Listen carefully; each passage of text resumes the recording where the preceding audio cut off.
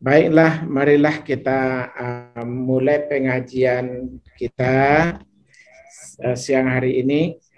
Assalamualaikum warahmatullahi wabarakatuh.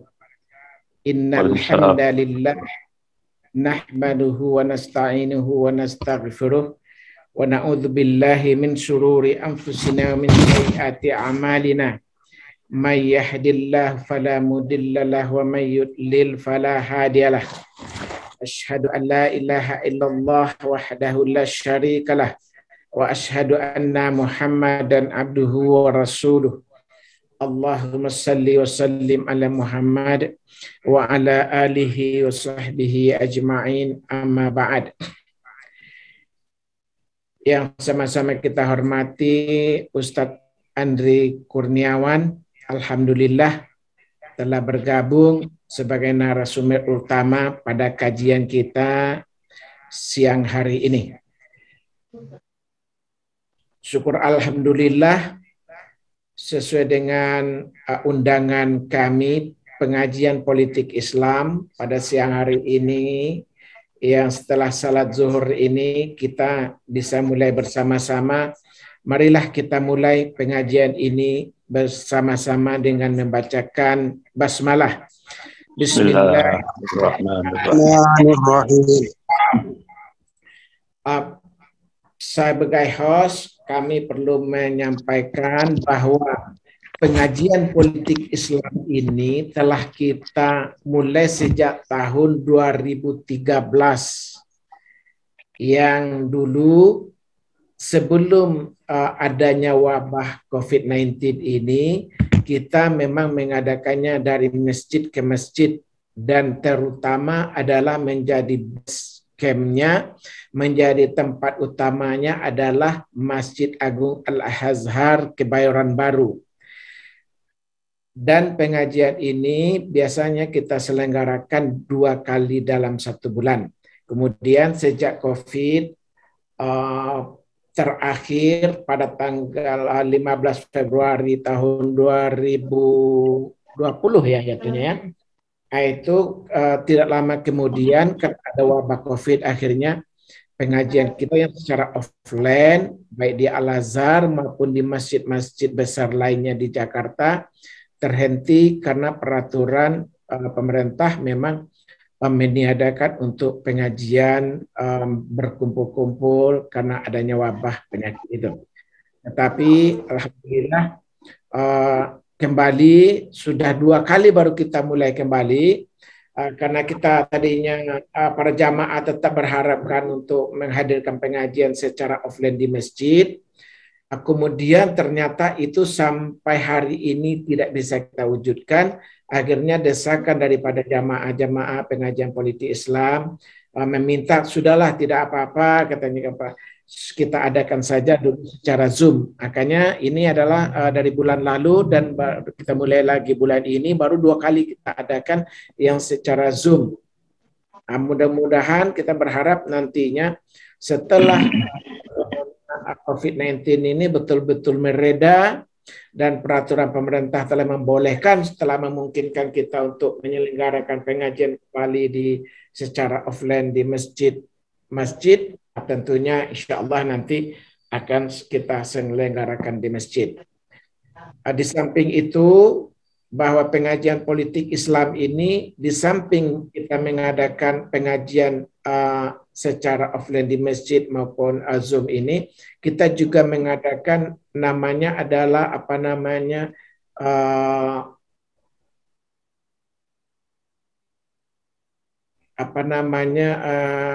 semacam dakwah Ustadz memberi. Jadi dari pengajian politik Islam, para ustadz-ustadz, para ulamanya mengumpulkan uang beriuran bersama-sama, lalu kita mendatangi komunitas-komunitas masyarakat yang memang untuk pantas kita datangi. Jadi tidak hanya kita berdakwah, mereka kita undang saja, kita datangi kepada perkampungan-perkampungan yang boleh dikatakan marginal, lalu ustadz-ustadznya berdakwah di sana.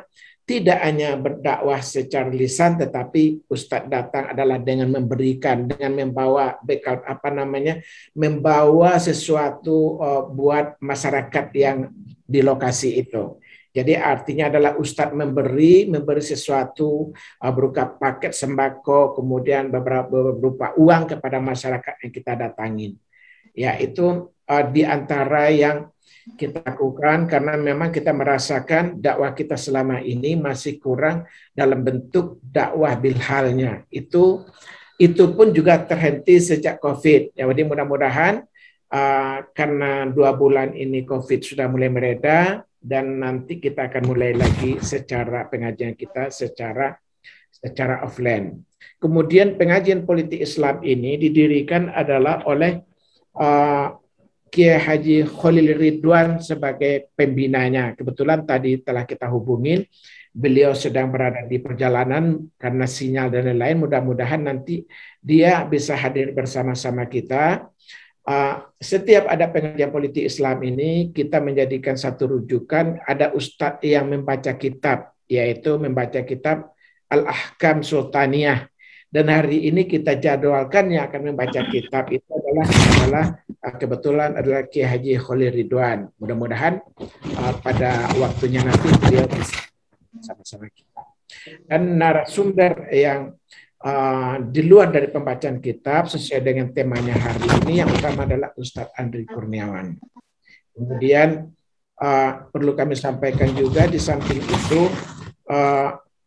bahwa pengajian politik Islam ini di samping kita adakan di Al-Azhar, kita adakan juga di provinsi-provinsi yang ada di Indonesia ini, apakah di Sumatera Barat ataupun di Jawa Barat, di Jawa Tengah, Jawa Timur, kita adakan di tempat memang masjid-masjid yang menyediakan memfasilitasi untuk pemberian materi kepada tengah-tengah umat tentang pengajian politik Islam.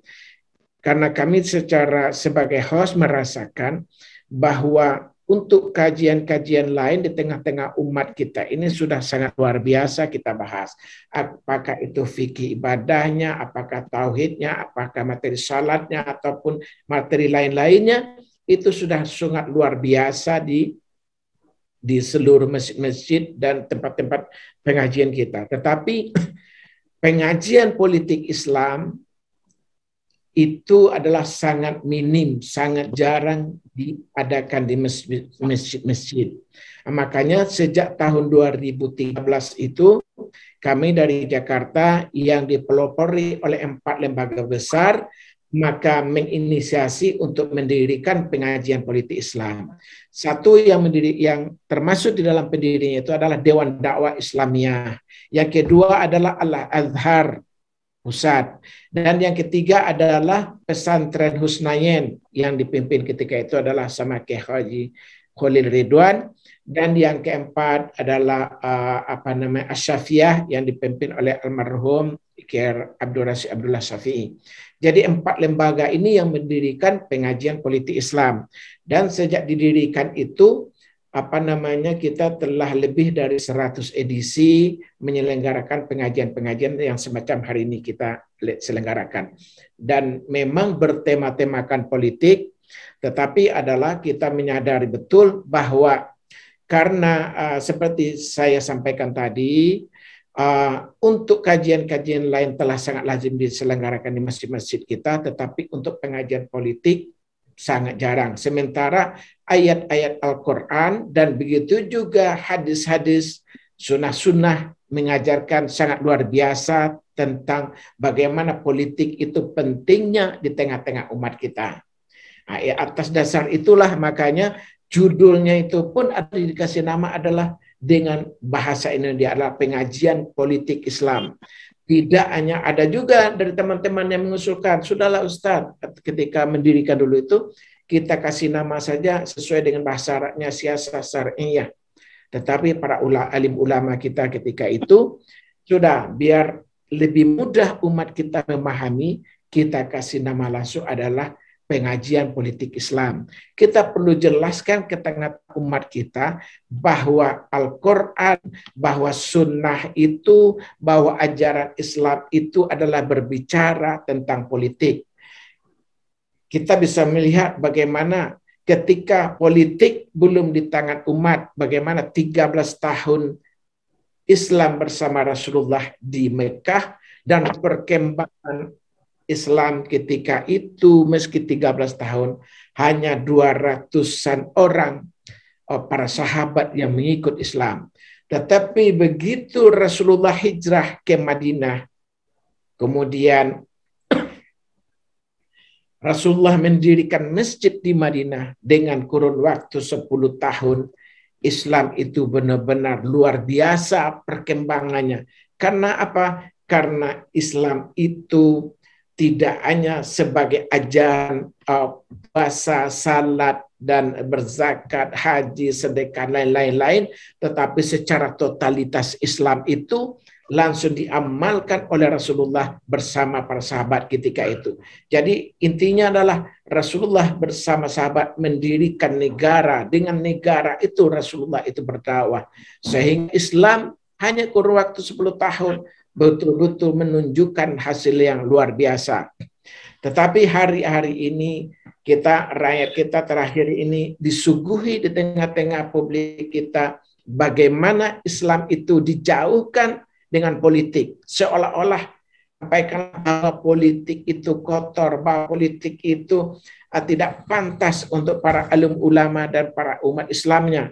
Akhirnya mereka sebetulnya bertujuan bagaimana umat Islam dijauhkan dari politik, umat Islam dijauhkan dari kekuasaan, sehingga politik itu akan dipegang oleh orang-orang yang tidak amanah. Dan ini yang kita dari pengajian politik Islam memberikan penyadaran kepada seluruh warga bangsa negeri ini bahwa kekuasaan politik itu harus dipegang oleh orang-orang yang amanah, oleh orang-orang yang baik, oleh orang-orang yang jujur, oleh orang-orang yang takut dengan Allah, sehingga dia akan melaksanakan amanah ketika dia pegang itu adalah sesuai dengan amanah yang disampaikan Allah dan Rasulnya.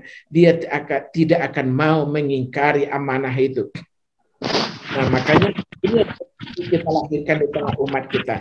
Sehingga umat kita betul-betul menyadari bahwa politik itu adalah bahagian dari kehidupannya, dan dia tahu bahwa politik itu adalah bahagian ajaran yang terpenting di dalam Islam, di dalam sunnah. Karena ayat-ayat di dalam Al-Quran pun banyak berbicara tentang politik. Bagaimana Al-Quran berbicara tentang keadilan.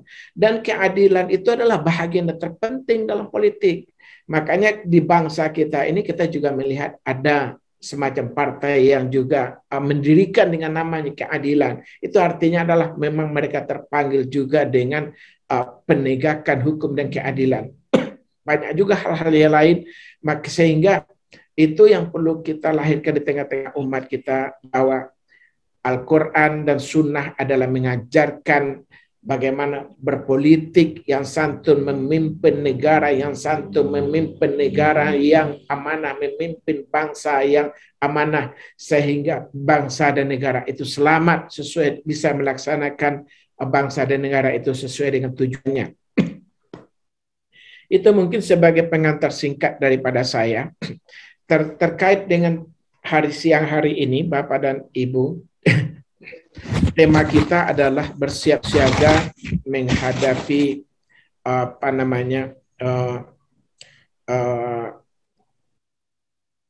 komunis gaya baru. Jadi kita memang melihat terutama akhir-akhir ini, kita melihat memang adanya indikasi-indikasi yang luar biasa, memang kebangkitan daripada komunis ini. Maka sekarang ini kalau dengan pola yang berbeda mereka berlaku hari ini adalah dengan lebih banyak mungkin menyusup kepada instansi dan lain-lain, sehingga pakar daripada komunis Ustadz Alfian Tanjung juga pernah menyampaikan kepada kita bahwa sejak tahun 1998 tahun 2004 bahwa parlemen kita telah mulai dimasuki oleh para orang-orang yang berhaluan kiri itu, mulai dari 80 orang, 125 orang, dan menurut yang dilansir oleh Ustaz Alfian Tanjung pada akhir-akhir ini di parlemen kita pun sudah hampir 200 orang yang berhaluan kiri itu. Lalu tujuannya apa bagi mereka? Tentunya mereka akan bertujuan untuk menyusup, merubah ketika ada Undang-Undang nomor 20 tahun 66 itu terhadap pelarangan komunis itu akan mereka rubah, dan itu yang kita kelihatan sama mata telanjang kita sebagai rakyat. Oleh sebab itulah maka pada kesempatan yang luar biasa ini kita menghadirkan guru kita, pakar di bidang tentang komunis ini. Mereka akan memberikan wawasan yang luar biasa kepada kita nanti. Mereka akan membahas secara luas bagaimana kekhawatiran bangsa rakyat kita hari ini terhadap bangkitnya komunis gaya baru ini, sehingga kita secara transparan, secara meluas bisa kita memahaminya, mengetahuinya, sehingga kita bisa ke depan bisa mengantisipasinya. Lebih lanjut, dalam catatan kami beberapa waktu berselang yang lalu ada pula mantan Panglima kita Bapak Gatot Nurmantio juga menyebutkan adanya indikasi-indikasi kebangkitan yang sangat nyata itu, bahwa ada patung yang luar biasa di Pangkostrat itu ya, di perpustakaannya itu yang dihilangkan dengan mudah. Ini kan menurut beliau, menurut Pak Gatot adalah merupakan juga itu adalah indikasi daripada kebangkitan dari PKI.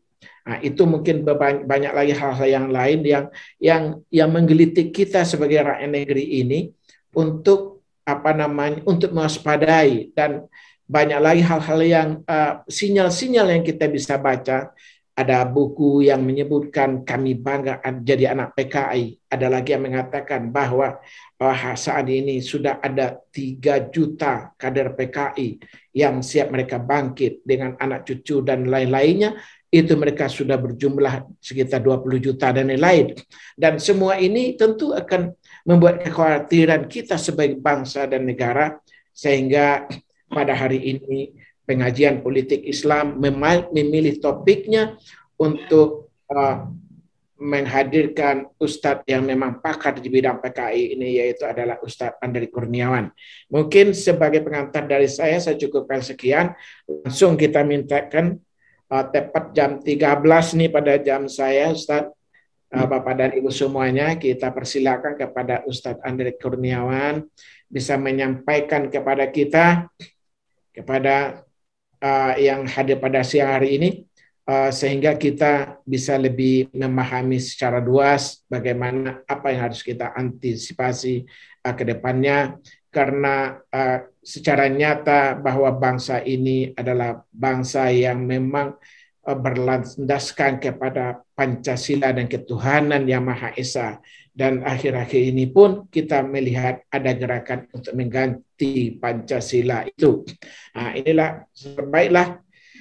Sebelum kita serahkan kepada Ustaz Andri Kurniawan, saya perlu sampaikan bahwa pengajian kita ini di samping kita siarkan secara Zoom pada siang hari ini juga kita edarkan dengan YouTube. Jadi orang-orang bisa melalui mengikutinya juga dengan YouTube. Dan alhamdulillah pada siang hari ini kita telah diikuti sama Bapak dan Ibu sekitar 33 orang. Tetapi meskipun hari ini baru 33 orang, tetapi besok lusa ini pengajian ini dia bergelir terus, beredar terus. Jadi yang menyaksikan, yang mengikuti, yang mendapatkan ilmu dari pengajian kita siang hari ini, tidak hanya kita yang hari ini baru hadir 33 orang, tetapi melalui YouTube, melalui videonya nanti akan kita sebarkan terus kepada jamaah-jamaah kita yang telah tersebar di seluruh Indonesia. Alhamdulillah pada siang hari ini ada juga peserta yang ikut justru dari Amerika, dari berbagai belahan provinsi lain di Indonesia, tidak hanya dari Jakarta saja. Itu dari saya. Selanjutnya kepada Ustaz Andri Kurniawan kami persilakan untuk menyampaikan secara panjang lebar kepada Ustadz. Kami persilakan. Silakan Ustadz. Assalamualaikum warahmatullahi wabarakatuh. Assalamualaikum warahmatullahi wabarakatuh. Innal hamdalillah nahmaduhu wa nasta'inuhu wa nastaghfiruh wa na'udzu billahi min shururi anfusina wa min sayyiati a'malina. May yahdihillahu fala mudilla lahu wa may yudlil fala hadiya lahu. Asyhadu an la ilaha illallah wahdahu la syarika lahu wa asyhadu anna Muhammadan abduhu wa rasuluh. Ya ayyuhalladzina amanu taqullaha haqqa tuqatih wa la tamutunna illa wa antum muslimun. Ya ayyuhan nasu taqu rabbakum alladzi khalaqakum min nafsin wahidah wa khalaqa minha zawjaha wa batha minhuma rijalan katsiran wa nisaa'a wattaqullaha alladzi tasaaluna bihi wal arham innallaha kana 'alaikum raqiba. Ya ayyuhalladzina amanu taqullaha wa qulu qawlan sadida yuslih lakum a'malakum wa yaghfir lakum dhunubakum wa may yuti'illaha wa rasulahu faqad faza fawzan 'azima. Amma ba'd.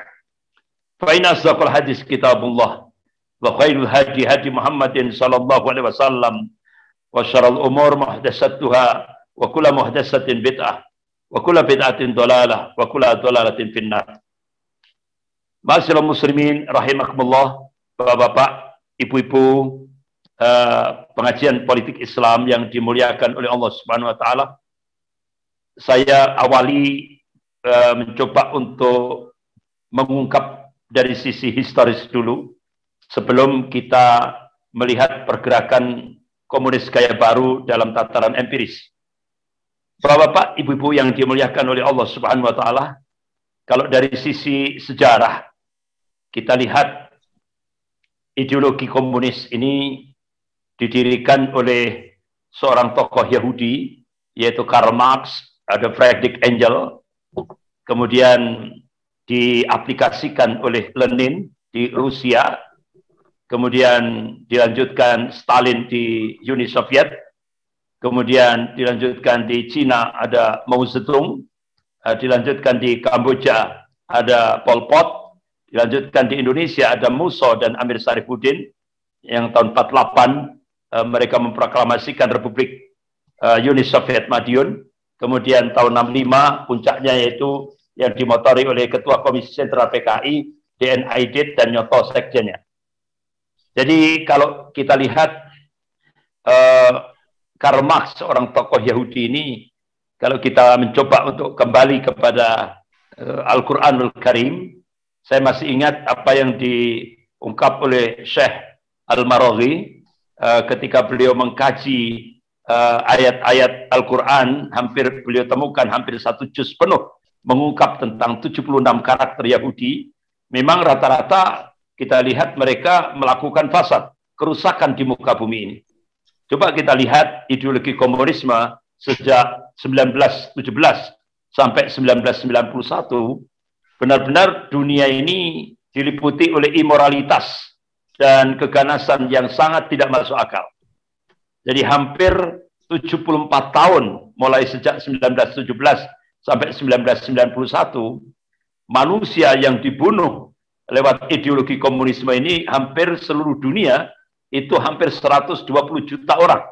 Nah, itu luar biasa. Gitu. 120 juta orang.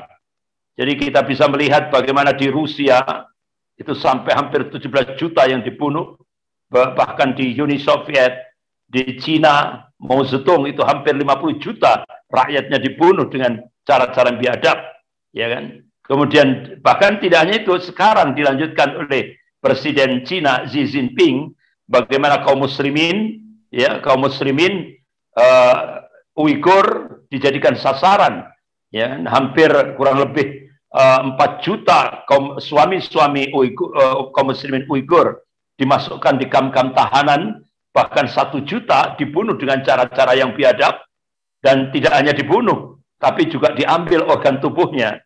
Bahkan Partai Komunis Cina mendapatkan keuntungan dari jual beli organ tubuh kaum muslimin Uighur itu, kalau dihitung dirupiahkan itu hampir 4 triliun itu. Jadi ini benar-benar kebiadaban yang sangat luar biasa. Nah, itu. Jadi ideologi komunis ini melakukan kerusakan di muka bumi ini luar biasa dahsyatnya. Jadi kalau kita lihat kalau kita hitung jumlah korban perang dunia di alam jagat raya ini, ya kan? Perang dunia di alam jagat raya ini mulai dari perang dunia pertama, perang dunia kedua, perang Korea, perang Afghanistan, perang Vietnam, perang di Irak dan di Lebanon dan sebagainya, itu jumlah korban kebiadaban ideologi komunis jauh lebih banyak daripada perang di alam jagat raya ini. Jadi benar-benar luar biasa. Nah sekarang Bapak-bapak, Ibu-ibu yang dimuliakan Allah Subhanahu wa taala, nah bagaimana di Indonesia? Jadi perkembangan komunis gaya baru di Indonesia ini, kalau kita telisik, ini memang didukung oleh 4 komponen. Jadi strategi perjuangan komunis gaya baru ini di Indonesia ini ditopang oleh 4 komponen. Komponen pertama yaitu kelompok tua. Jadi kelompok tua yang dimotori oleh Bejo Untung. Bagaimana mereka berusaha berjuang dengan ditopang LSM baik dalam negeri maupun luar negeri, sampai apa yang diperjuangkan tentang undang-undang KKR, ya Komisi Kebenaran dan Rekonsiliasi, itu benar-benar terbukti, ya kan? Bagaimana Bejo Untung, salah seorang tokoh kelompok tua ini didukung oleh Partai Komunis Cina. Bahkan tidak hanya itu, mantan Presiden IMF, JP Prong, itu memanfaatkan isu komunis di Indonesia ini. Maka kita lihat JP Prong mengadakan seminar internasional tentang komunis ini. Jadi sebagai entry point untuk menekan Indonesia. Sehingga akhirnya kita bisa melihat bulan April 2015 kalau tidak salah, undang-undang KKR itu akhirnya karena tekanan dari luar negeri yang dimotori oleh JP Prong, akhirnya pemerintah mensahkan undang-undang KKR itu. Tapi alhamdulillah kita bersyukur sekali, banyak tokoh-tokoh ulama di Indonesia melakukan penolakan apabila presiden meminta maaf terhadap keluarga PKI. Memang ujung-ujungnya seperti itu, agar presiden meminta maaf pada keluarga PKI. Tapi alhamdulillah tidak berhasil. Ormas-ormas Islam, tokoh-tokoh Islam bergerak minta jangan sampai presiden meminta maaf pada keluarga PKI. Jadi mereka ingin merubah sejarah. Mereka mengatakan bahwa mereka korban. Padahal yang jadi korban itu korban kebiadaban PKI, kebiadaban ideologi komunis itu adalah umat Islam dan TNI. Nah sekarang ini mau dirubah sejarah itu. Jadi, mereka merasa menjadi korban. Nah, ini. Jadi ini sesuatu yang tidak masuk akal. Bapak-bapak, ibu-ibu yang dimuliakan Allah. Kemudian kita lihat beberapa kader-kader komunis yang dibina oleh Bejo Untung luar biasa. Ya, dia bisa masuk kemana-mana. Ya, bahkan kita mencoba melakukan riset, melakukan penelitian. Ternyata kader-kader Bejo Untung ini sudah dimasukkan di pesantren di Jawa Timur. Karena Ketua Komisi Sentral PKI yang baru, yaitu Teguh Karyadi dan Wahyu Setiaji itu, memerintahkan pada kaum wanita PKI yang baru, itu harus berjilbab. Sehingga akhirnya mereka, seperti contoh di Jember, ini kita kaget. Bejo Untung juga mempelopori itu untuk keluar masuk pesantren, untuk menjajakan ideologinya ini. Jadi ini benar-benar tantangan bagi kita, terutama di Jawa Timur. Bapak-bapak, ibu-ibu yang dimuliakan Allah Subhanahu wa taala. Kemudian yang kedua, komponen kedua yang menopang gerakan komunis gaya baru ini adalah kelompok elit. Kelompok elit ini diantaranya tadi yang sempat disinggung oleh Kiai Haji Fikri tadi, yaitu Dr. Ripka Ciptaning. Nah itu Dr. Ripka Ciptaning ini itu sampai bikin buku Aku Bangga Jadi Anak PKI. Bikin buku lagi Anak PKI Masuk Parlemen. Tidak tanggung-tanggung dia jadi Ketua Komisi 9 DPR RI. Luar biasa. Nah, ini. Jadi bahkan Ripka Ciptaning ketika Dr. Ripka Ciptaning ketika diwawancara stasiun LaTV, Dia seperti tadi yang disampaikan oleh Kiai Haji jadi oleh Bapak Kiai Haji tadi, bahwa 15 juta kader komunis itu baru anaknya, belum cucunya. Jadi sekitar 20 juta kader komunis di Indonesia siap bangkit. Bahkan yang cukup memprihatinkan kita, ucapan dari kader Gerwani, yaitu Sinta Miranda, ketika di Taman Mini Indonesia Indah, dia mengatakan, kalau sudah komunis gaya baru berkuasa, yang pertama kali yang akan dihancurkan adalah Monumen Lubang Buaya. Nah ini, itu dia sampaikan di depan orang banyak, ya, di Taman Mini Indonesia Indah. Tapi yang menjadi persoalannya ini, kenapa mereka tidak ditangkap? Nah ini, padahal ini sudah simbol-simbol negara ini yang dia lecehkan. Ya, dia akan menghancurkan Monumen Lubang Buaya. Nah ini. Jadi Bapak Ibu yang dirahmati Allah, ada lagi yang kita lihat kelompok elitnya, ada Budiman Sujatmiko, ada Andi Arief, ada Rika Diah Pitaloka yang pernah mencalonkan Gubernur Jawa Barat itu. Terus ada Dita Indasari yang pernah jadi staf menteri ketenagakerjaan 2 periode. Ini kader Gerwani itu jadi staf menteri tenaga kerja 2 periode, luar biasa ini. Luar biasa. Bahkan sekarang ini apa yang disampaikan oleh Mayor Jenderal Aditya Parwantoha, ya, itu kalau tidak salah beliau menyampaikan di Masjid Al-Azhar Jakarta Selatan, beliau menyampaikan, beliau kan waktu itu staf Panglima TNI. Jadi sudah banyak kader-kader komunis sekarang ini yang menjadi bupati, wali kota, gubernur, dan ini implikasinya polisos hankam. Benar itu, apa yang beliau sampaikan benar, nyata. Jadi bapak-bapak, ibu-ibu yang dimuliakan Allah Subhanahu Wa Taala, bahkan yang kita saksikan komponen ketiga yaitu kelompok muda. Kelompok muda ini punya target 2019 harus menguasai parlemen, dan itu benar. Ya, dan itu benar. Tadi yang disampaikan oleh Pak Kiai Haji Fikri tadi. Jadi sekarang ini ya, saya melakukan tabayun ke Komisi 7 DPR RI, yaitu Pak Ridwan Hisam. Saya tanya kepada beliau, ini infonya kader-kader komunis yang duduk di DPR RI itu sudah 200 lebih. Itu benar. Sementara politisi Islam itu hanya 179. Nah, ini makanya setiap undang-undang itu lolos terus. Kita lihat undang-undang HIP. Undang-undang HIP itu kan isinya mau merubah dasar negara Indonesia. Ya, dasar negara Republik Indonesia. Ya kan? Undang-undang HIP itu. Itu lolos karena mereka pakai suara mayoritas. Jadi mayoritas di parlemen ini sekarang dikuasai kader-kader komunis. Nah, ini. Jadi ini benar-benar tantangan bagi kita ke depan, ya kan? Bahkan kita lihat kader-kader komunis ini dia bercita-cita ingin mencabut TAP MPRS nomor 25 tahun 66 ini. Kalau itu sudah terjadi, otomatis selangkah lagi mereka ingin menjadikan Indonesia menjadi negara komunis.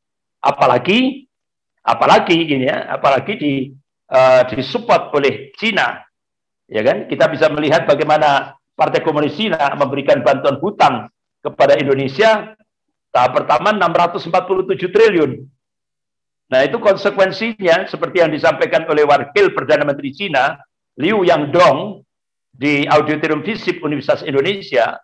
Ya, jadi konsekuensi Cina memberikan bantuan hutang 647 triliun, itu 10 juta rakyat Cina daratan harus masuk ke Indonesia. Targetnya 2020. Akhirnya pemerintah menyambut dengan 19 bandara dibuka dan pelabuhan. Nah itu. Nah pada saat itu kan kita cukup kaget pada saat kondisi ini yang terjadi kecelakaan di Wuhan, laboratorium pembuatan senjata biologis yang ada di Wuhan jebol itu, ya kan, bocor sehingga akhirnya kota Wuhan seperti kota mati. Dan banyak masyarakatnya penyebarannya itu justru ke Indonesia. Makanya kenapa Panglima TNI menyatakan pusat penyebaran virus COVID-19 itu banyak dari bandara dan pelabuhan. Tapi yang kita saksikan justru dibuka lebar-lebar imigran-imigran dari Wuhan ini. Jadi inilah yang akhirnya yang jadi korban rakyat Indonesia. Jadi negara sudah dijual ke Cina. Ya, kita prihatin sekali. Bapak-bapak, ibu-ibu yang dimuliakan Allah Subhanahu wa taala. Bahkan yang kita saksikan, yang kita lihat itu bukan tentara, bukan buruh. Mereka semua adalah rata-rata tentara merah. Nah, itu. Rata-rata tentara merah, ya kan? Bahkan yang ini kan sangat membahayakan bagi pertahanan negara Republik Indonesia. Nah, itu. Jadi ini keprihatinan kita. Bahkan bapak-bapak, ibu yang dirahmati Allah, komponen keempat ya yang mendukung pergerakan komunis gaya baru ini adalah Komisi Sentral PKI yang baru. Itu hasil daripada Kongres ke-10 di Desa Ngablak, Magelang. Nah, itu. Jadi itu di sebuah gereja diadakan Kongres PKI baru dengan menghasilkan anggaran dasar, anggaran rumah tangga dan pokok perjuangan PKI baru yang dimotori oleh Wahyu Setiaji dan Teguh Karyadi. Ini pimpinan yang baru ini. Ya, bahkan kalau kita lihat bapak-bapak, ibu yang dirahmati Allah, struktur organisasi PKI baru, komunis gaya baru, ya kan, struktur pergerakan komunis struktur organisasi komunis gaya baru itu kalau di Jawa Tengah itu sudah sampai tingkat desa, tidak hanya kecamatan, sudah sampai tingkat desa. Jadi benar-benar ini luar biasa. Bahkan Panglima Kodam 4 Diponegoro itu sempat mendeteksi pergerakan komunis di kawasan Jawa Tengah, ya, itu sejak tahun 2012 mereka sudah bergerak. Bahkan kalau kita lihat struktur komunis gaya baru itu sudah seluruh Indonesia ada, seluruh Indonesia ada. Jadi makanya kenapa kita lihat itu tidak lepas daripada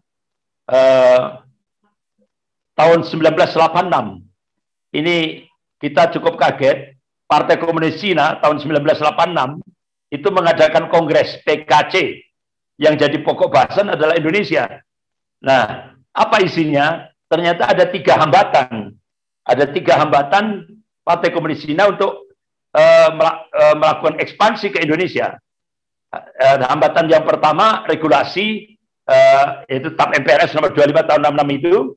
Kemudian doktrin Pancasila yang anti terhadap komunis. Kemudian yang ketiga yaitu sikap anti komunis umat Islam di Indonesia ini masih solid, gitu. Nah, 3-tiganya ini sekarang ini sudah dijebol semuanya. Jadi hambatan pertama dijebol lewat undang-undang HIP yang ini sempat jadi penolakan di seluruh wilayah Indonesia.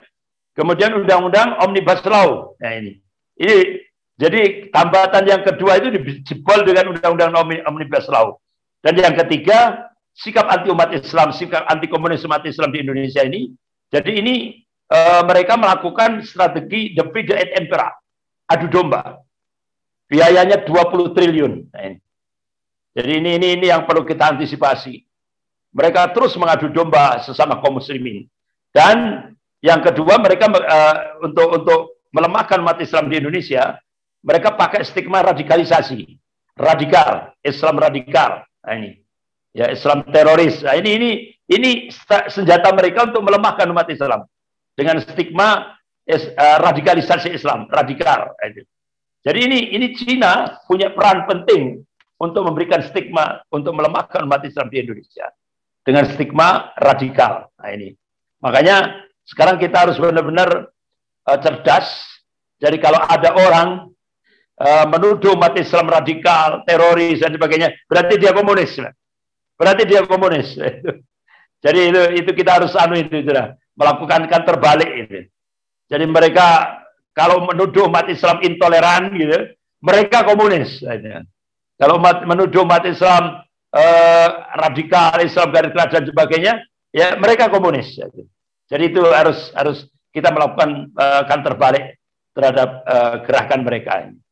Dan mereka memang bapak-bapak, ibu-ibu yang dimuliakan Allah Subhanahu wa taala, memang yang paling menjadi perhatian kita bagaimana respon dari pemerintah tentang pergerakan komunis di Indonesia. Apalagi sudah ada bagaimana tekanan Partai Komunis Cina ke Indonesia. Ada sebuah nota diplomatik dengan kode referensi Beijing 1448. Isinya Kementerian Luar Negeri Cina dan Kementerian Luar Negeri Amerika sepakat untuk melakukan akselerasi percepatan untuk menjadikan Indonesia menjadi negara sekuler. Artinya apa? Agama harus dipisah dari kehidupan berbangsa dan bernegara. Akhirnya kita bisa melihat gayung bersambut. Hanya Presiden melantik Profesor Yudhian Wahyudi sebagai Ketua Dewan Pembinaan Ideologi Pancasila. Setelah dilantik, apa statementnya? Dia katakan agama adalah musuh terbesar Pancasila. Jadi sekarang di Indonesia ini agama adalah musuh terbesar negara. Nah, ini. Makanya tidak kaget muncullah buzzer-buzzer yang digaji oleh negara, diambilkan dari APBN, bahkan dilindungi oleh negara. Contoh Ade Armando. Ade Armando kita bisa melihat lewat Twitternya. Ade Armando sudah melecehkan Allah, melecehkan Rasulullah, melecehkan Al-Quran, melecehkan Islam, melecehkan ulama. Itu sampai Majelis Ulama Indonesia Pusat kirim surat resmi kepada Bareskrim Mabes Polri itu segera menangkap Ade Armando. Kenapa? Itu kalau menurut hukum Islam, hukumannya mati. Di Brunei Darussalam, Ade Armando ini sudah dihukum mati. Sudah. Ya, tapi sampai sekarang kan surat resmi dari Majelis Ulama tidak digubris oleh Bareskrim Mabes Polri. Jadi benar-benar Ade Armando dilindungi negara dan digaji oleh negara dari APBN. Ini yang bahkan kita bisa melihat Bapak-bapak, Ibu-ibu yang dimuliakan Allah Subhanahu wa taala, dampak daripada kebijakan Cina ini akhirnya kita lihat Menteri Pendidikan dan Kebudayaan yaitu Pak Nadiem Makarim itu mengeluarkan meluncing yaitu roadmap pendidikan nasional 2020 sampai 2035. Jadi sudah tidak ada lagi agama. Sudah tidak ada lagi agama. Akhirnya dua ormas besar di Indonesia yaitu Muhammadiyah dan Majelis Ulama mencoba untuk tanya kepada Menteri Pendidikan dan Kebudayaan, apakah 15 tahun ke depan generasi Indonesia akan dijadikan generasi ateis komunis? Tidak ada jawaban. Selang beberapa saat muncul peraturan pemerintah. Kalau tidak salah nomor 35 kalau tidak salah. Itu standar pendidikan nasional sudah tidak ada lagi mata pelajaran bahasa Indonesia. Mata pelajaran Pancasila sudah tidak ada. Dihapus. Jadi ini benar-benar agama benar-benar dipisahkan dari kehidupan berbangsa dan bernegara. Ini tantangan bagi umat Islam di Indonesia. Ya. Bapak-bapak, ibu-ibu yang dimuliakan oleh Allah Subhanahu wa taala, bahkan yang kita membuat miris ini apa yang disampaikan oleh Wakil Perdana Menteri Cina Liu Yangdong di Auditorium FISIP Universitas Indonesia. Jadi konsekuensi Cina memberikan bantuan hutang 647 triliun itu, 10 juta rakyat Cina daratan harus masuk ke Indonesia. Dan ini targetnya 2020. Dan itu sudah kita saksikan. Belum lagi proyek reklamasi. Nah, proyek reklamasi itu kan terus jalan walaupun ditutup oleh Gubernur DKI Pak Anies Baswedan. Itu kalau ya artinya ada 10 proyek reklamasi di seluruh Indonesia, termasuk juga di Selat Benua, Bali. Gitu. Jadi itu kalau itu jadi 10 proyek reklamasi itu bisa menampung 200 juta rakyat Cina. Makanya mereka merasa tenang sekali. Terutama sekali yang kita saksikan kalangan ini ya tidak saya sebutkan namanya, ya kan, mereka pede sekali.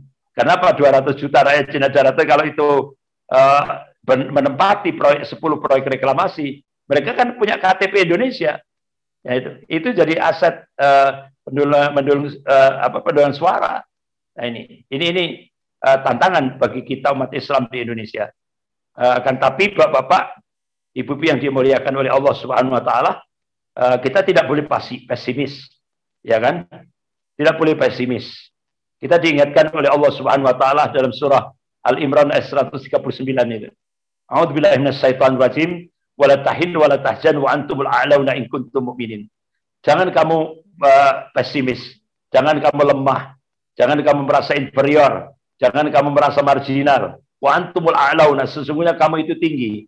Coba kata a'la itu isim tafdil, artinya disifati oleh ayat itu bisa tinggi. Kalau kita korelasikan di Indonesia, kapan umat Islam di Indonesia itu bisa tinggi? Kapan umat Islam di Indonesia itu bisa unggul?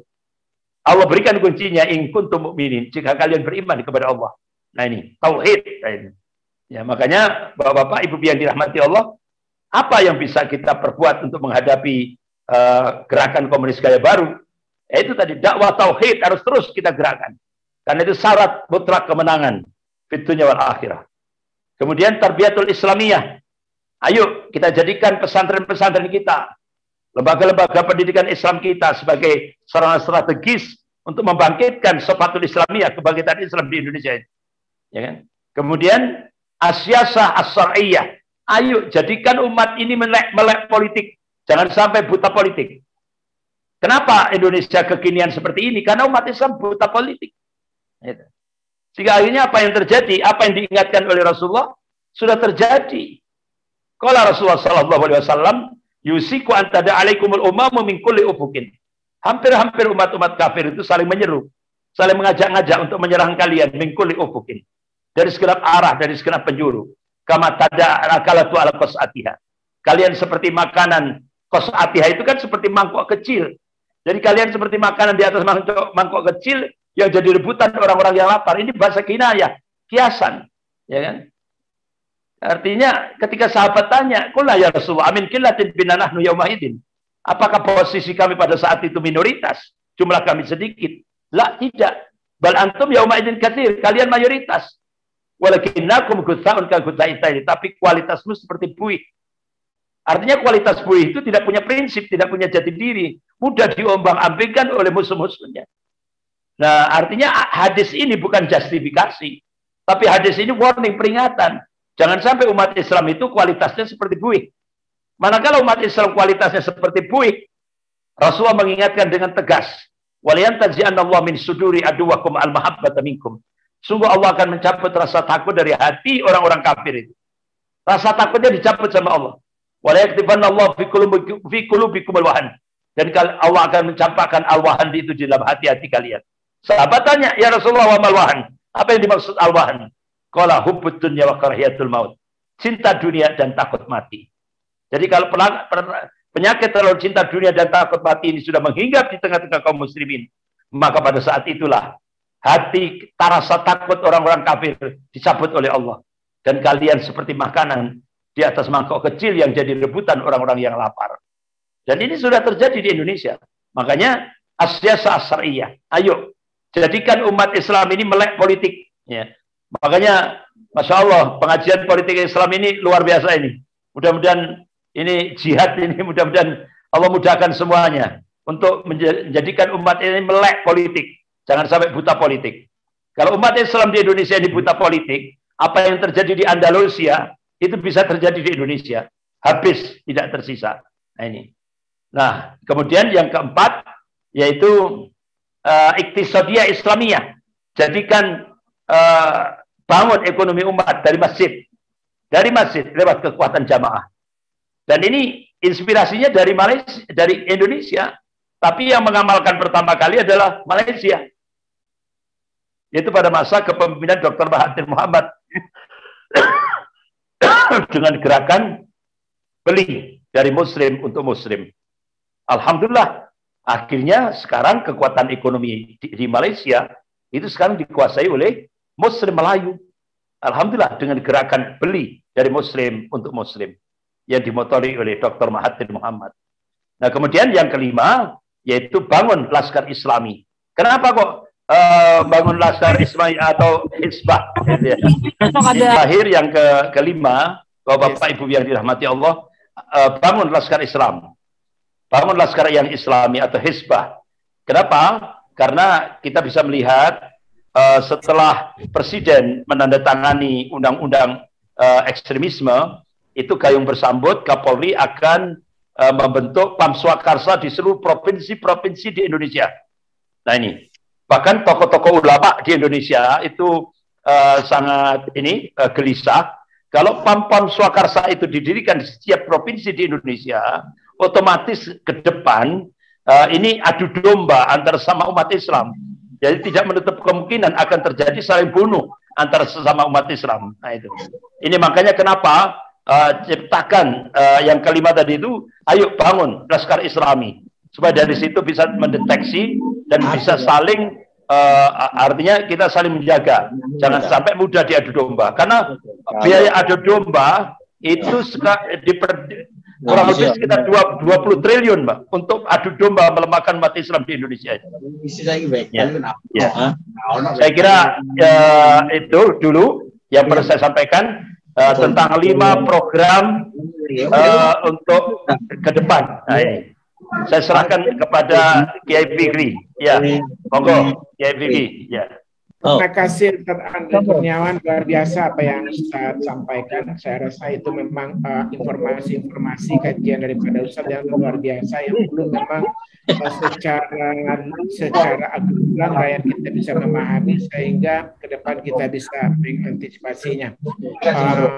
Saya pada kesempatan ini ingin membuka sesi untuk tanya jawab kepada Bapak dan Ibu yang kebetulan ikut pada siang hari ini. Silakan untuk raise hand untuk yang ingin bertanya, atau coba langsung juga bisa, mungkin kita persilakan biar Saya Pak Adang, Pak. Pak Adang, ya Pak Adang, ini kita persilakan nih dari tokoh kita nih, Pak Adang silakan Pak Adang, langsung. Monggo, silakan Pak Adang. Ya. Terima kasih. Alhamdulillahilladzi hamdan katsiran thayyiban mubarakan fi kama yuhibbu rabbuna wa yarda. Asyhadu an la ilaha illallah wahdahu la syarikalah wa asyhadu anna Muhammadan abduhu wa rasuluhu, amma ba'du. Segala puji hanya untuk Allah. Salawat dan salam semoga senantiasa tercurah kepada junjungan kita, Nabi kita, tauladan kita, manusia paling mulia di muka bumi, Rasulullah sallallahu alaihi wasallam, kerabat, sahabat dan umatnya yang senantiasa istiqomah di atas syariatnya. Tadi yang disampaikan Ustadz Andri Kurniawan menurut saya sangat komprehensif dan bisa dipahami oleh yang hadir. Saya kira memang Islamophobia di Indonesia ini sangat luar biasa menyakitkan. Mulai dari isu radikalisme, terorisme, intoleran, dan lain-lain. Bahkan Islam itu sebetulnya setiap hari sudah diserang hari ini. Lewat buzzer, lewat kebijakan, ya, lewat macam-macam. Selalu diserang. Enggak hanya sekali-kali gitu. Tapi udah setiap hari. Bahkan yang paling menyakitkan sebetulnya diembatnya dana haji. Ini serangan luar biasa. Umat Islam harus marah besar. Bayangkan, dana yang untuk haji, untuk beribadah disikat. Sehingga umat Islam tidak pergi haji. Itu artinya dia menggembosi yang namanya ibadah haji. Dan itu luar biasa. Sampai umat Islam tidak pergi itu berhasil mereka. Terakhir, pernyataan Agus Wijoyo yang sangat menyakitkan, itu Gubernur Lemhanas kalau tidak salah ya. Iya. Bahwa tidak ada keterkaitan atau tidak ada konsep tentang Manunggalnya Abdi dengan rakyat. Ini saya tidak tahu ya, dia lahir di mana sebetulnya. Padahal Jenderal Sudirman sendiri menyatu dengan rakyat ketika berjuang. Bahkan ini kan konsep kan rata kalau waktu itu ya, pertahanan keamanan rakyat semesta. Dan itu terjadi. Ayah saya Hizbullah, Pak, ikut bawa bambu runcing, ikut berperang. Rakyat bukan tentara. Ya, jadi ini sangat luar biasa. Ini adalah penghancuran, barangkali adalah episode-episode terakhir. Bagaimana rakyat dipisahkan dengan TNI sehingga melemahkan kekuatan TNI dan rakyat. Atau malah mengadu domba. TNI dipisahkan dulu terus diadu domba. Dan itu sudah terjadi. Ya kan, di Kosta hilang itu, diorama itu kan. Iya. Bayangkan, udah puluhan tahun ada, sekarang hilang. Hilang, iya. Di mata kita, cetok welo-welo kata orang Jawa. Kita semua diam saja.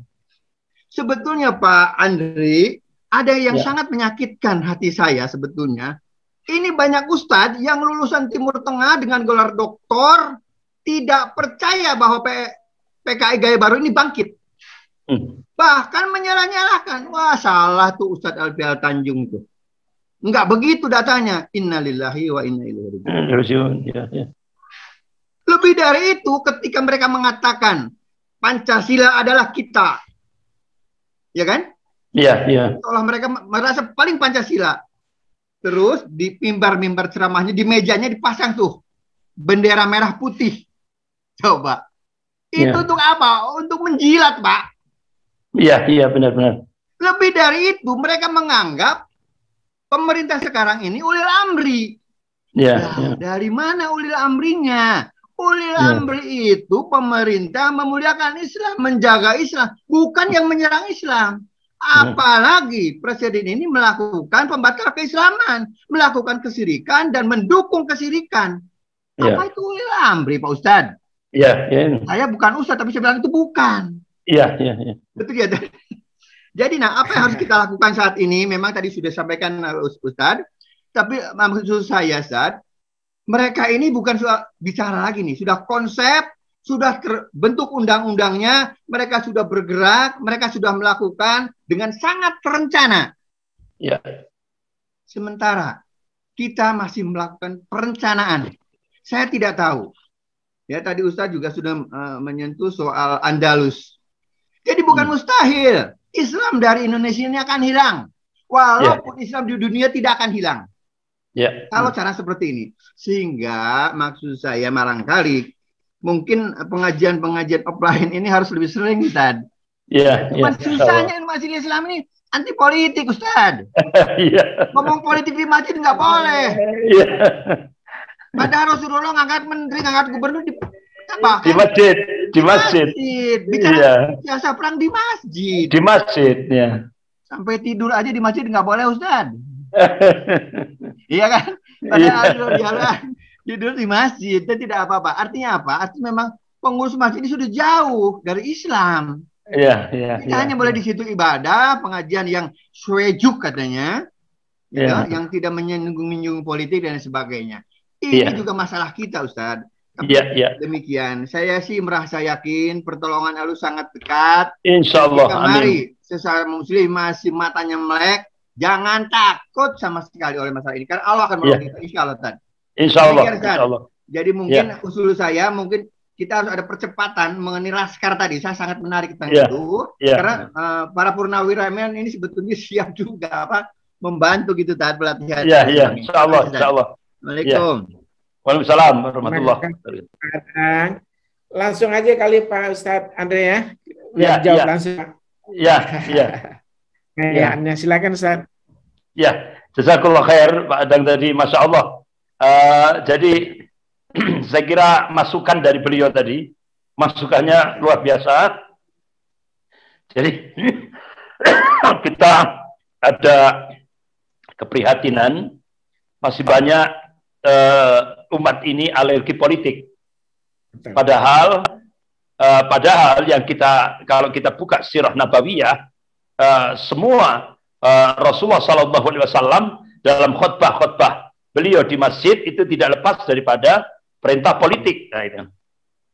Jadi contoh Rasulullah di atas mimbar al-jamaah, ya kan? Al-jamaah. Kemudian ada lima perintah harian Rasulullah, ya kan? 5 perintah harian Rasulullah disampaikan beliau di atas mimbar masjid, al-jamaah, hidup berjamaah, wasam'a, dengarkan apa yang diperintahkan oleh Allah dan Rasulnya, watta'ah, taati apa yang diperintahkan oleh Allah dan Rasulnya, wal hijrah di jalan Allah, wal jihad fisabilillah. Itu beliau sampaikan di masjid. Nah, ini itu kan perintah politik. Kemudian ketika Rasulullah menyampaikan hadis tentang amar ma'ruf nahi mungkar, ya kan? Itu juga perintah politik. Jadi sangat aneh kalau sekarang ini di masjid tidak boleh berbicara politik. Itu sangat aneh. Berarti tidak sesuai dengan apa yang dicontohkan oleh Rasulullah SAW. Jadi tidak bisa kalau umpama Islam ini dipisah dari politik, itu sama saja menjauhkan umat Islam dari Al-Quran dan As-Sunnah. Itu. Jadi kalau Islam ini dipisah dari politik, itu sama saja dengan menjauhkan umat Islam dari Al-Quran dan As-Sunnah. Nah, itu. Jadi seperti itu Pak, sebagai tambahan dari Pak Adam tadi. Masya Allah, jazakallah khair Pak Adam. Jadi responnya ya luar biasa. Ya. Saya kembalikan ke Fikri ini. Baik, ini ada pertanyaan dari jamaah melalui apa namanya chattingnya Ustaz. Chatting ya. Ini kalau memang katanya kalau persoalan komunisme ini memang sudah memang merupakan ancaman ke depannya itu, kenapa itu kok Majelis Ulamanya itu tidak mengeluarkan fatwa jihad? Ini yang ditanyakan di dalam itu. Iya, jazakallah khair. Majelis Ulama Indonesia Pusat sebenarnya sudah melakukan mengadakan acara halakoh kebangsaan waktu itu, yang diundang waktu itu untuk berbicara yaitu Profesor Salim Said, ya Guru Besar Ilmu Politik dan Militer Universitas Indonesia, kemudian Kiai Haji Hasyim Mujadi, Allahumma yarham, kemudian ada Pak Anton Taba, dan ada beberapa yang lain dari TNI juga ada. Jadi Majelis Ulama Indonesia Pusat merespon sebenarnya tentang pergerakan komunis ini, sudah merespon. Dan itu banyak terus akhirnya kayu bersambut di kalangan di pengurus-pengurus MUI seluruh Indonesia, termasuk di Jawa Timur. Jadi itu artinya sudah bergerak itu. Majelis Ulama sudah memberikan, namun cuma fatwanya memang itu sangat dibutuhkan.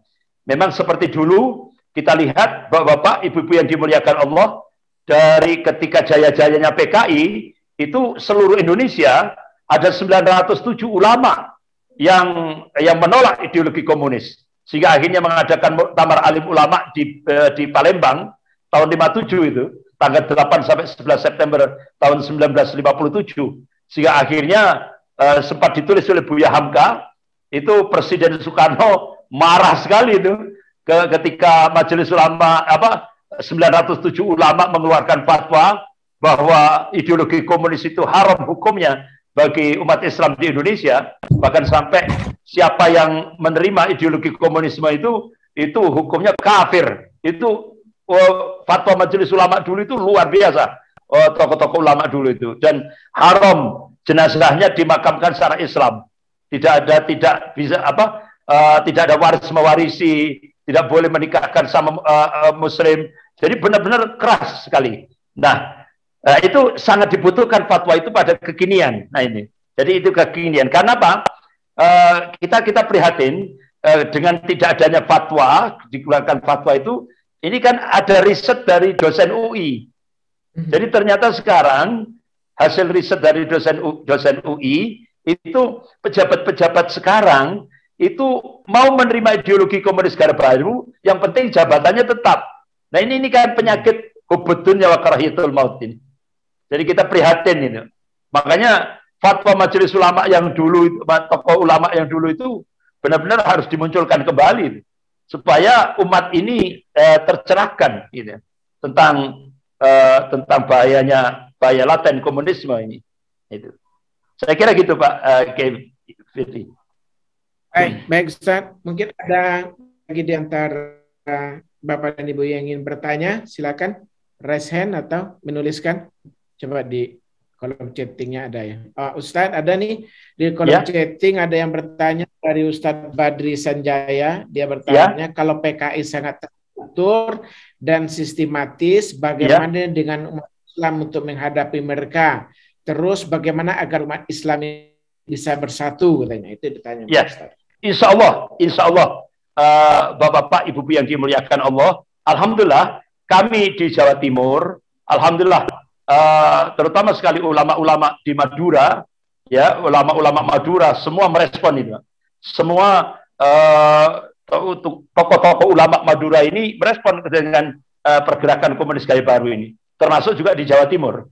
Ya, di samping di Madura, juga di Jawa Timur ini juga merespon. Jadi artinya apa? Kepemimpinan ulama daerah, alhamdulillah sudah mulai merata di seluruh Indonesia. Kenapa? Kalau kita menggantungkan pusat sudah banyak di-cut, ya kan? Sudah banyak di-cut. Makanya kepemimpinan ulama daerah itu sangat efektif untuk membangkitkan kaum muslimin dalam menghadapi tantangan terutama komunis gaya baru ini.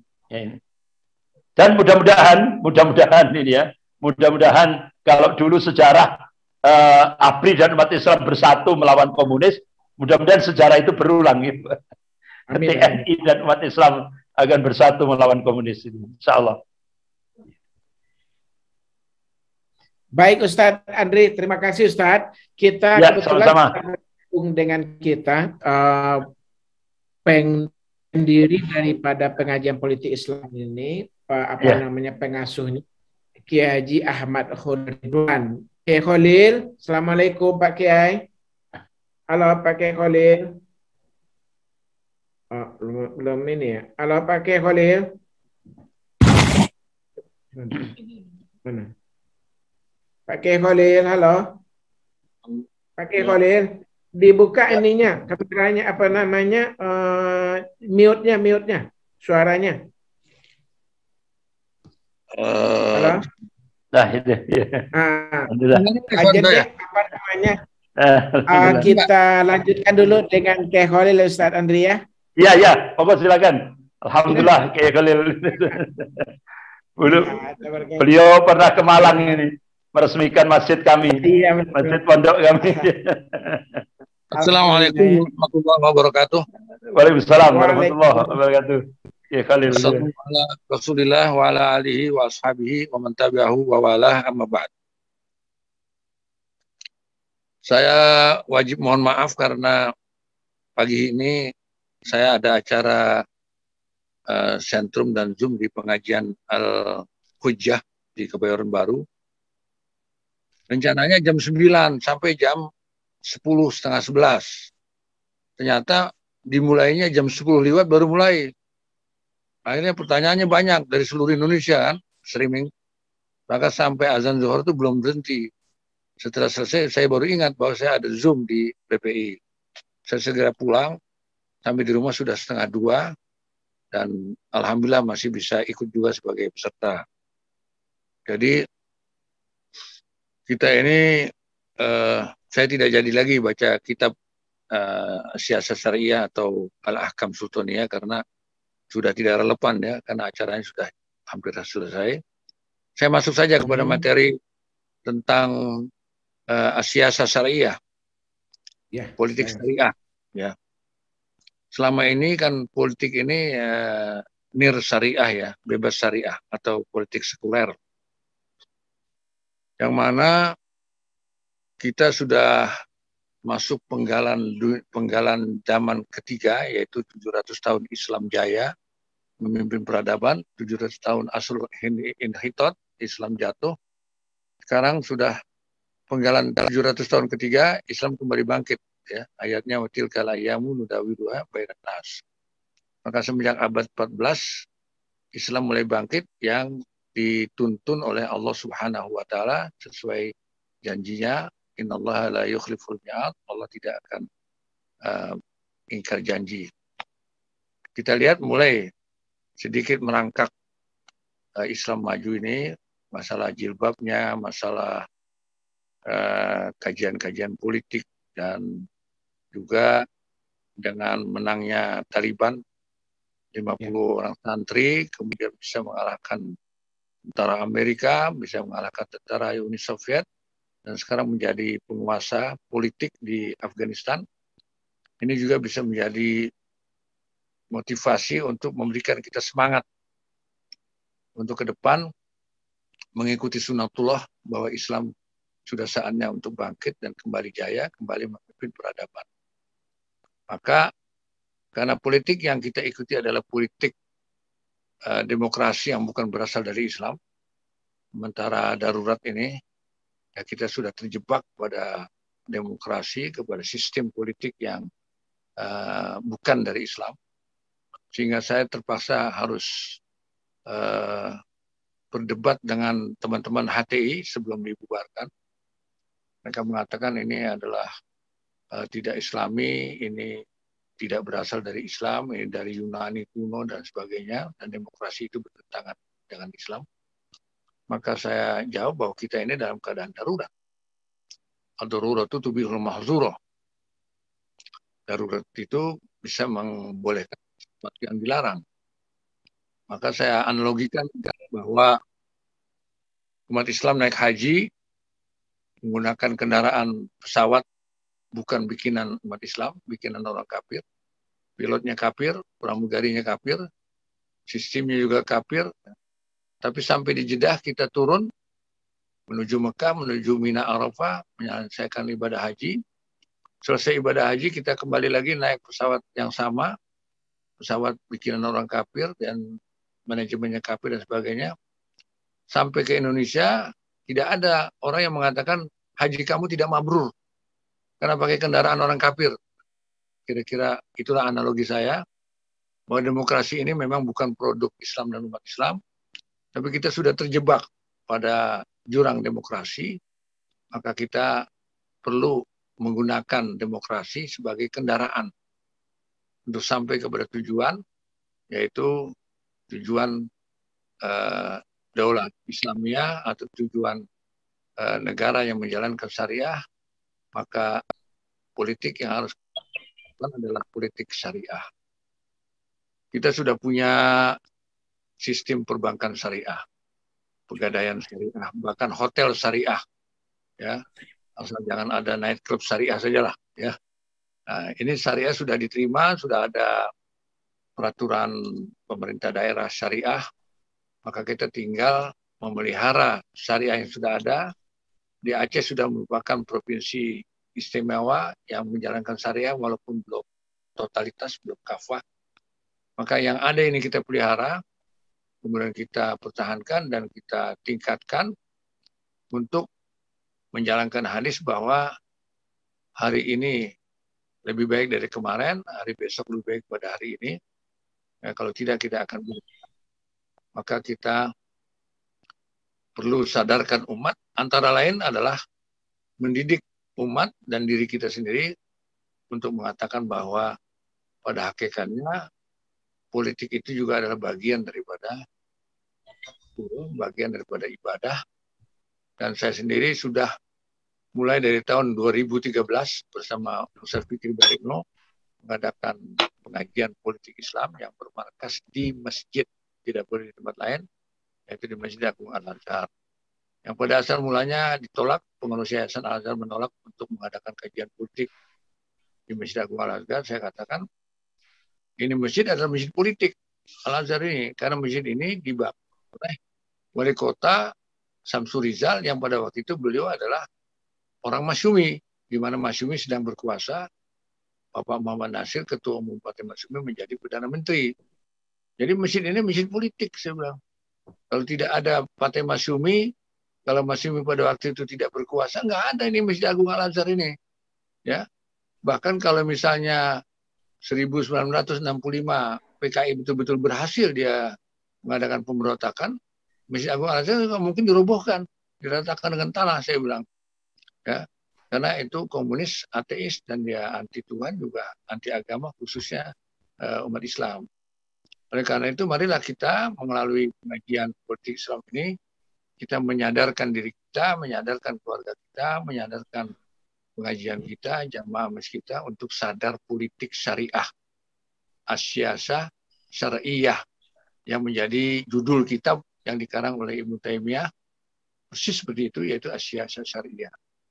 Ada bank syariah, ada pegadaian syariah, asuransi syariah, ada hotel syariah, maka sekarang kita bikin politik syariah, ya, as-siyasah syariah. Maka mau nggak mau kita harus punya kendaraan, ya, kendaraan politik yang mana Nabi Muhammad SAW kendaraan politiknya adalah dakwah, ya. Nah, dakwah itu ibarat kereta api, maka perlu punya lokomotif. Nah, lokomotifnya itu adalah partai politik. Nah, lokomotif inilah yang menarik gerbong-gerbong dakwah itu. Kemudian lokomotifnya harus dimasinisi. Harus masinisnya itu orang yang soleh, anal atau yariswa ibadiyah soleh. Kemudian lokomotif dakwah ini menarik gerbong-gerbong ekonomi, yaitu bahan bakar, gerbong, ada rumah restoran, ada gerbong penumpang, ada gerbong barang, Semua gerbong urusan duniawi ini ditarik oleh lokomotif syariah yang masinisnya adalah orang soleh. Ya, orang soleh itu adalah ulama warasatul anbiya, warasatul anbiya. Maka masinis yang soleh ini menggunakan bahan bakar yang ada, yaitu ekonomi. Di gerbong pertama sesudah lokomotif, wajib dia membawa kereta apinya ini di atas 2 rel yang lurus, yang sejajar, yaitu sebelah kanan rel Al-Quran, sebelah kiri rel namanya As-Sunnah atau Al-Hadis. Mau bawa kemana? Bawa ke stasiun transit dan stasiun akhir. Stasiun transit adalah dunia, stasiun akhir adalah akhirat. Dan dunia itu adalah memang tempat transit, hanya sekejap. Maka wajiblah kita ketika menyetir atau membawa kendaraan kereta api dakwah ini, wajib menggunakan syariah Islam, menggunakan ayat-ayat Quran dan ayat-ayat Sunnah. Karena relnya yang kanan Quran, yang kiri adalah hadis, maka kita wajib berada di kedua rel itu, tidak boleh menghindar sedikit pun. Tidak boleh terpleset dari 2 rel yang sejajar dan lurus lempang ini. Insya Allah kita akan sampai kepada stasiun transit dunia. Untuk apa? Untuk membuktikan doa kita yang kita ucapkan dari semenjak merdeka sudah 75 tahun. Rabbana atina fid dunya hasanah. Dunia dulu. Nah, soal akhirat itu soal pribadi, tapi soal kejamaah ini kan soal dunia. Makanya tidak ada doa itu Robbi atini, walaupun kita sendiri. Walaupun kita sendiri mesti Rabbana atina, itu yang sunnah. Tidak ada sunnahnya tuh Robbi atini fid dunya hasanah wa fil akhirati waqini, ada benar enggak ada. Adanya Rabbana, artinya kita harus sholat berjamaah, jangan sholat sendiri, sholat berjamaahnya di masjid dengan satu imam, satu jamaah. Nah, satu imam inilah di dalam masjid imam sholat, di luar masjid imam daulah. Itulah yang dicontohkan oleh Rasulullah SAW. Maka kita perlu punya kendaraan yang namanya kereta api dakwah ini, yang pada hakikatnya dia adalah partai politik. Sekarang ini partai politik Islam, sudah ada partai politik Islam yang syar'i, kafah, dan sesuai dengan Quran dan Sunnah. Insya Allah namanya juga partai dakwah rakyat Indonesia. Asasnya Islam pasti, ADART-nya sesuai dengan Quran Sunnah, dan tujuannya adalah menjayakan Islam dan umat Islam sehingga menjadi pemimpin, kemudian menegakkan syariah Islamiyah. Kalau kita semuanya mendukung partai dakwah ini, insya Allah dengan kereta api dakwah, dengan kendaraan dakwah ini, maka kita akan mudah untuk mencari penumpang dari pondok pesantren, dari masjid, dari majelis taklim, para santri, para murid-murid madrasah. Ya, itu ada 800.000 masjid loh di seluruh Indonesia. Dewan dakwah saja membangun 700 masjid. Ya, belum lagi yang lain ya, Yayasan Ar-Rahman dan sebagainya. Kita punya berapa puluh ribu, 20.000 pesantren. Ya. Majelis taklimnya apalagi. Ini saja, kita nggak usah mencari massa dari partai yang sudah ada, tidak usah. Kecuali partai-partai sekuler yang memang anggotanya adalah umat Islam sendiri, ya, partai sekuler yang berkuasa, partai sekuler yang jelas-jelas anti-Islam, itu sebenarnya anggotanya, pengurusnya juga beragama Islam. Nah, bagaimana kita mendakwahi mereka agar ikut kereta dakwah kita ini, ya, kereta api dakwah kita ini menjadi penumpang yang namanya Partai Dakwah Rakyat Indonesia. Kemudian mereka hijrah, ya, alladzina amanu alladzina amanu wa hajaru wa jahadu fisabilillahi bi amwalihim wa anfusihim a'zamu darajatan indallahi ulaika humul faizun. Ya, orang yang beriman, ya, tidak cukup hanya dengan iman, apalagi dengan Islam sama saja tidak cukup. Islam yang harus ditingkatkan menjadi orang yang beriman, tetapi dia hijrah. Ya, hijrah dari Mekah ke Yasrib, hijrah dari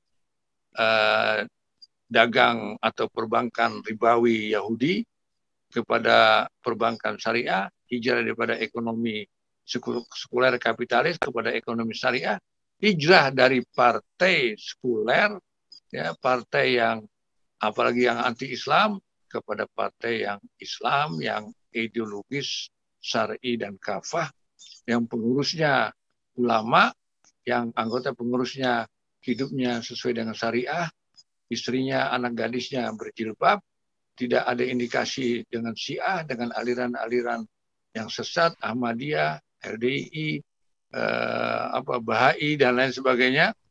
Insya Allah ke depan kita punya masa depan gemilang dan kita sudah punya contoh, yaitu 50 orang santri ya menjadi Taliban, menjadi pasukan yang bisa mengalahkan dan mengusir Amerika dan Uni Soviet.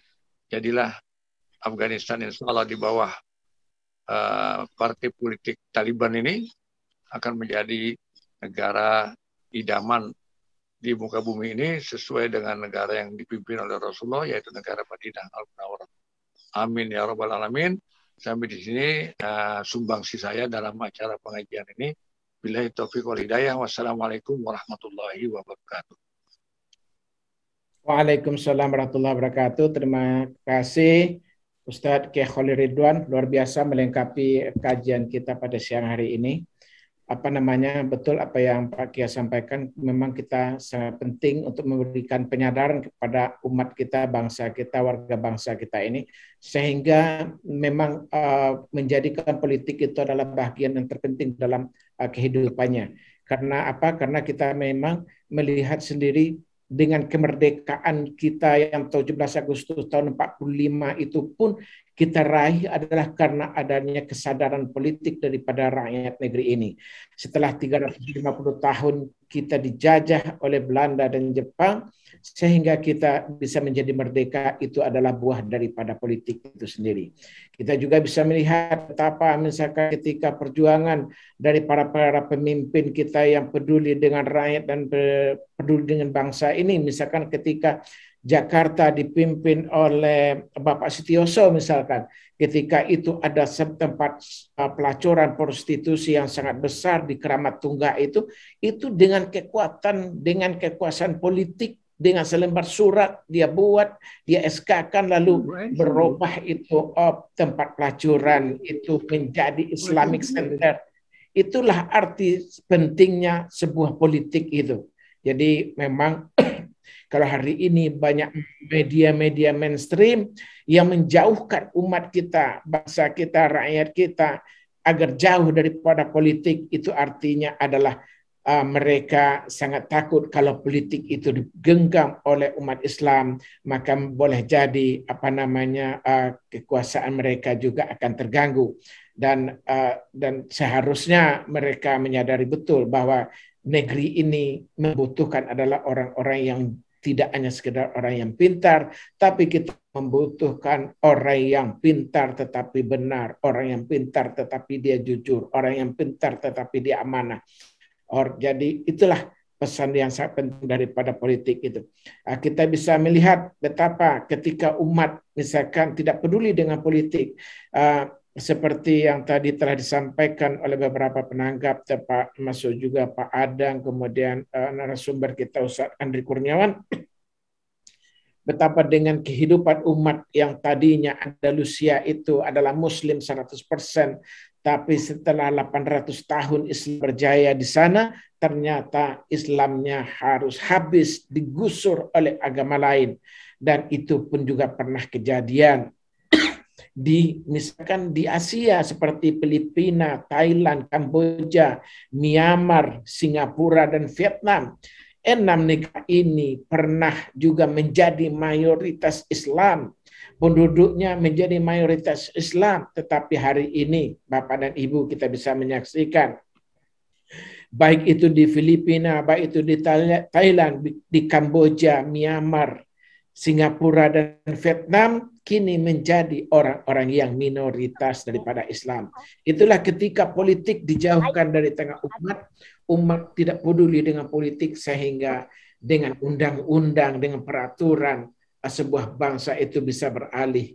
Dan itulah kajian kita pada hari ini. Kita mengkhawatirkan sekali ketika dominasi karena politik, karena PKI pada haluan daripada komunis itu, mereka adalah menyusup ke segala bidang, maka kita sangat mengkhawatirkan kebangkitan daripada mereka itu, karena kita begitu kita menyaksikan tahun 48 baru 3 tahun negeri ini merdeka, dengan musuhnya tahun 48 mereka telah melakukan mengkudeta, melakukan pemberontakan. Tetapi begitu lihainya PKI, hanya kurun waktu 5 tahun, PKI tahun 55 dia bisa membersihkan nama-namanya dia itu, sehingga dia bisa lagi menjadi peserta pemilu tahun 55. Kemudian dapatlah PKI itu, komunis itu menjadi suara keempat terbesar. Ketika pemilu tahun 55 itu kita melihat bahwa pemenang pemilu adalah PNI pertamanya, kedua adalah Masumi, dan ketiga adalah NU, dan yang keempat adalah kembali PKI. Itu baru kurun waktu 7 tahun setelah mereka melakukan pemberontakan. Dan tidak lama kemudian, tahun 65 kita menyaksikan lagi bagaimana rakyat negeri kita ini memang berdarah-darah dengan persoalan PKI. Karena ketika PKI itu bangkit, seluruh dunia memang telah memberitahu kepada kita, menyadari selalu juga adalah dengan mengorbankan dengan jutaan-jutaan umat manusia. Oleh sebab itulah pada siang hari ini kita mengadakan kajian dengan mengundang para pakar, para tokoh-tokoh yang pantas untuk berbicara tentang bagaimana persoalan PKI yang kita khawatirkan untuk bangkit di negeri ini, sehingga kita umat Islam, rakyat negeri ini bisa mengantisipasinya. Itulah pentingnya kajian kita pada siang hari ini. Kepada Ustaz Andre Kurniawan, sebelum ke pengajian kita tutup, kita mintakan kembali mungkin kata penutup dari Ustaz Andre Kurniawan, karena apa yang disampaikan dari beberapa penanya tadi itu telah dijawab. Kemudian saya menawarkan kembali, apakah masih ada di antara Bapak dan Ibu yang ingin bertanya sebelum kita akhiri, karena ini udah jam 2:10. Tapi kalau sudah tidak ada, kita mintakan kepada Ustaz Andre Kurniawan untuk closing statement-nya. Apa masih ada di antara Bapak dan Ibu yang masih ingin bertanya? Kalau tidak ada, baik, kita minta Ustaz Andre Kurniawan tolong dikasih closing statement, sehingga kajian kita ini ada yang yang bisa mengunci dalam pikiran para peserta hari ini sebelum kita tutup. Silakan Ustaz Andre Kurniawan. Kok suaranya masih di mute, Ustaz? Ya, oh ya. Silakan. Jazakallah khair, Bapak-bapak, Ibu-ibu yang dimuliakan Allah Subhanahu wa taala. Alhamdulillah kita diberikan optimisme oleh Allah Subhanahu wa taala, sebagaimana Allah ingatkan dalam surah Al-Imran ayat 139. Allah berfirman, "A'udzubillahi minasyaitonir rajim, wa la tahinu wa la tahzanu antumul a'launa in kuntum mu'minin." Jangan kamu lemah, jangan kamu merasa lemah, jangan kamu pesimis, jangan kamu merasa inferior, jangan kamu merasa marginal. Wa antumul a'launa, sesungguhnya kamu itu tinggi. Coba kata a'la itu kan isim tafdil, artinya disifati oleh ayat itu bisa tinggi, bisa unggul. Pertanyaannya, kalau kita korelasikan di Indonesia, kapan umat Islam di Indonesia ini bisa unggul? Kapan umat Islam di Indonesia ini bisa tinggi? Allah berikan kuncinya, in kuntum mu'minin. Jika kalian beriman kepada Allah, jika kalian mentauhidkan Allah dalam segala aspek kehidupan ini, insya Allah Allah akan berikan kemenangan. Apa yang saya sampaikan tentang pergerakan komunis gaya baru itu kecil. Yang akbar hanyalah Allah Subhanahu wa taala. Dan kita punya keyakinan, wa man nasru illa min indillahil azizil hakim. Kemenangan itu datangnya dari Allah, bukan dari kita. Dari Allah yang Maha Perkasa lagi Maha Bijaksana. Ya. Dan Allah berjanji, wa kana haqqan alaina nasrul mu'minin. Kewajiban kami, kata Allah, memenangkan golongan mukmin. Jadi golongan mukmin itu pasti menang. Tidak akan pernah kalah. Ya. Pasti, karena Allah yang memberikan kemenangan itu. Karena Allah, bukan kita. Nah, oleh karena itu tugas kita dipanggil oleh Allah, ya ayyuhalladzina amanu, hai orang-orang yang beriman, intan surullaha yansurkum wa yuthabbit aqdamakum. Jika kamu menolong agama Allah, pasti Allah akan menolong kamu. Wa yuthabbit aqdamakum, dan Allah akan menguatkan kedudukan kamu. Allah akan menguatkan keimanan kamu. Mudah-mudahan Allah Subhanahu wa taala menjadikan kita semuanya menjadi ansarullah, penolong-penolong agama Allah sampai kita menghadap Allah. Mudah-mudahan kita semuanya diberikan akhir yang husnul khatimah. Amin ya rabbal alamin. Saya serahkan kepada Kiai Fikri Baleno. Monggo silakan. Baik, Ustaz Andri Kurniawan, terima kasih banyak. Bapak Kiai Khalil Ridwan, terima kasih banyak. Sudah luar biasa apa yang narasumber kita sampaikan hari ini. Mudah-mudahan itu bisa menjadi pegangan rakyat kita, umat kita ke depan, sehingga memang bangsa kita ini, negara kita ini yang memang sudah dengan luar biasa para pejuang kita, pendahulu kita memerdekakan negeri ini, sehingga kemerdekaan itu bisa kita jaga, kita pelihara bersama-sama sesuai dengan tujuan dengan bangsa ini. Kita bersiap dan bersiaga sesuai dengan pada topik kita siang hari ini, bagaimana ketika ada rongrongan dari kelompok yang akan bangkit kaum komunis ini, umat kita berikan penyadarannya sehingga dengan kewaspadaan yang luar biasa, insya Allah bangsa dan negara kita ini akan senantiasa selamat adanya. Demikian barangkali saya sebagai host dari pengajian politik Islam ini, kepada para narasumber Ustadz Andri Kurniawan, kepada pembina, pengasuh Kiai Khalil Ridwan, saya mengucapkan terima kasih sudah hadir pada kajian kita pada siang hari ini. Kepada para jamaah yang ada berasal dari Sumatera, yang berasal daripada DKI Jakarta, Jawa Barat, Jawa Timur, dari berbagai belahan daripada Pulau Jawa, dan juga ada saya lihat yang dari Kalimantan, kemudian yang paling jauh tadi pada peserta pengajian kita pada hari ini ada yang dari Amerika Serikat. Mudah-mudahan kita semuanya senantiasa berada dalam lindungan daripada Allah, dan bangsa dan negara kita senantiasa dijaga oleh Allah. Dan saya mengucapkan terima kasih atas partisipasi dan kehadiran kita semua. Dan akhir kalam dari kami, kita tutup pengajian kita ini dengan membacakan doa kafaratul majlis. Subhanaka Allahumma wa bihamdika asyhadu an la ilaha illa anta astaghfiruka wa atubu ilaik. Terima kasih, mohon maaf atas segala kekurangan. Insyaallah bulan depan akan kita sampaikan kembali undangan kepada Bapak dan Ibu, dan dengan topik dan tema-tema yang aktual yang sangat dibutuhkan oleh bangsa dan negara kita. Assalamualaikum warahmatullahi wabarakatuh. Waalaikumsalam warahmatullahi wabarakatuh.